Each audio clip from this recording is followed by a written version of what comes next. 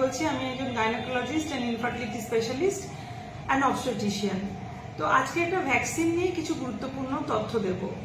যে কোনো ডক্টর আমরা যখন প্রেগনেন্ট পেশেন্টদের দেখি অনেকগুলো ভ্যাকসিন নিয়ে বলি। নন প্রেগনেন্ট পেশেন্টদের জন্য কিছু ভ্যাকসিন থাকে। প্রবলেম তো নন প্রেগনেন্ট পেশেন্টদের জন্য হয় না, যেহেতু সেখানে আমরা সবকিছু ইউজ করতে পারি। প্রেগনেন্ট পেশেন্টদের সবসময় আমাদের ভেবে ইউজ করতে হয় কোন ভ্যাকসিনটা আমরা প্রেগনেন্সিতে দিতে পারবো, সেফ টু প্রেগনেন্সি কোনটা না।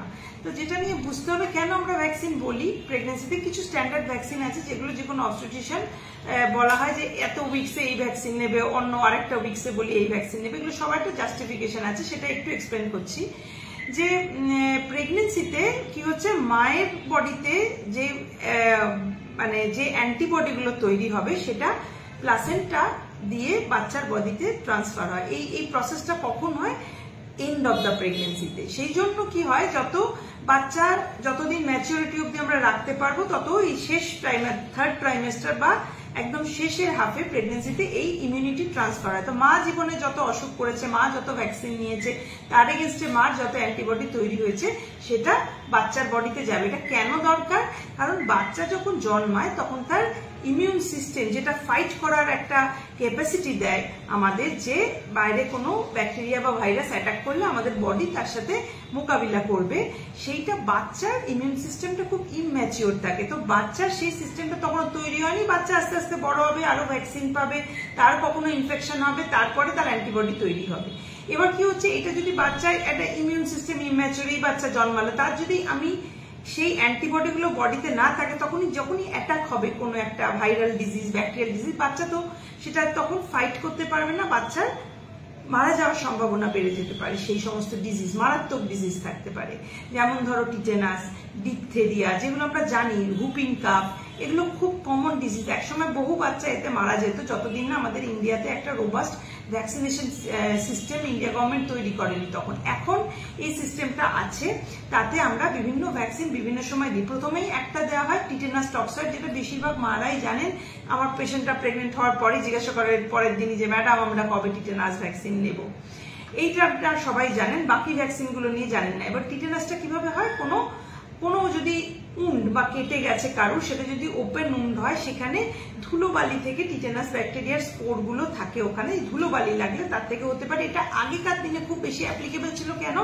লোকের বাড়িতে বাচ্চা হতো, মাঠে ঘাটে বাচ্চা হচ্ছে, সেরকম ভালো হসপিটাল ছিল না, তখন এই ধুলোবালির এক্সপোজার থেকে বাচ্চা টিটেনাস হলে বাচ্চা মরে যাবে, এই কন্ডিশন ছিল। Thanks to our health system এতটা ডেভেলপ করেছে, বেশিরভাগই এখন হসপিটাল ডেলিভারি হচ্ছে, হোম ডেলিভারি খুব কম, এবং সবসময় আমরা ক্লিন ইনস্ট্রুমেন্ট ইউজ করছি, ক্লিন সার্ফেস ইউজ করছি। টিটেনাসের রিস্ক ইজ ভেরি মিনিমাইজ। কিন্তু যেহেতু এটা লাইফ থ্রেটনিং ডিজিজ, কোনো চান্স নেওয়া হয় না। সব মাদারকে টিটেনাসের টক্সয়েড ইনজেকশন দেওয়া হয়, যেটাতে কোনো লাইভ ভাইরাস থাকে না। একটা টক্সয়েড বা একটা টক্সিন বলে জিনিস হয় টিটেনাসের, সেটার এগেনস্টে অ্যান্টিবডি তৈরি করে, যেটা এমনিতে লিথাল আদারওয়াইজ। তো এই ভ্যাকসিন সবাই জানেন। এরপরের যে ভ্যাকসিনগুলো, এগুলো অনেকে জানেন না। টিড্যাপ বলে একটা ভ্যাকসিন দেওয়া হয়, যেখানে টিটেনাসের সেকেন্ড ডোজটা দেওয়া হয়, এবং তার সাথে ডিপথেরিয়া এবং পার্টুসিস, এই দুটো মারাত্মক জীবনঘাতী ব্যাকটেরিয়া রয়েছে, যাদের এগেনস্টেও অ্যান্টিবডি যাতে তৈরি হয় মায়ের বডিতে, সেইটা দেওয়া হয়।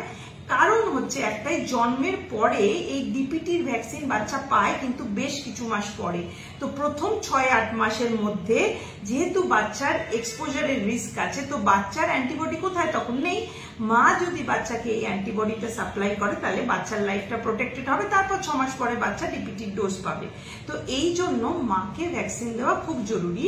সেই টিড্যাপ ভ্যাকসিনটা আমরা দিই থার্ড ট্রাইমেস্টার, ইউজুয়ালি 28-30 সপ্তাহ, এরকম সময় আমরা ভ্যাকসিনটা দিই, যাতে মার বডিতে কয়েক মাস সপ্তাহের মধ্যে অ্যান্টিবডি তৈরি হয়।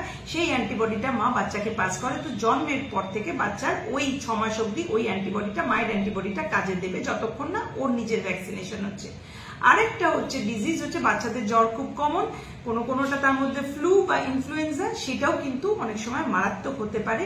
তো এই ফ্লু ভ্যাকসিনটাও এখন রুটিন দিয়ে আমরা থার্ড ট্রাইমেস্টার বা 28-30 সপ্তাহ সময় দিই, যাতে কিনা ওই ফ্লু ভ্যাকসিনের দিলে কি হবে, ওই ইনফ্লুয়েঞ্জা স্ট্রেনের এগেনস্টে অ্যান্টিবডি তৈরি হবে, এবং সেই অ্যান্টিবডি এগেন প্রথম কিছু মাস যখন বাচ্চাকে ফ্লু ভ্যাকসিন দেওয়ার টাইমই হয়নি, এই সময় বাচ্চাকে প্রোটেকশন দেবে ফ্রম ফ্লু।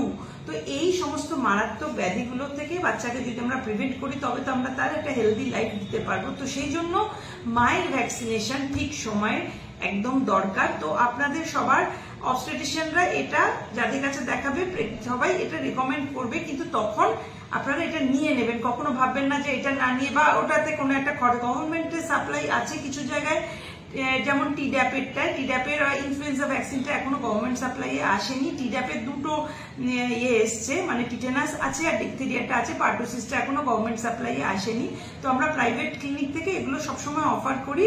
তো এগুলো বিনা দ্বিধায় নিয়ে নেবে এবং এটা তোমার বাচ্চার, তোমার ভালোর জন্য এবং তোমার বাচ্চার ভালোর জন্য।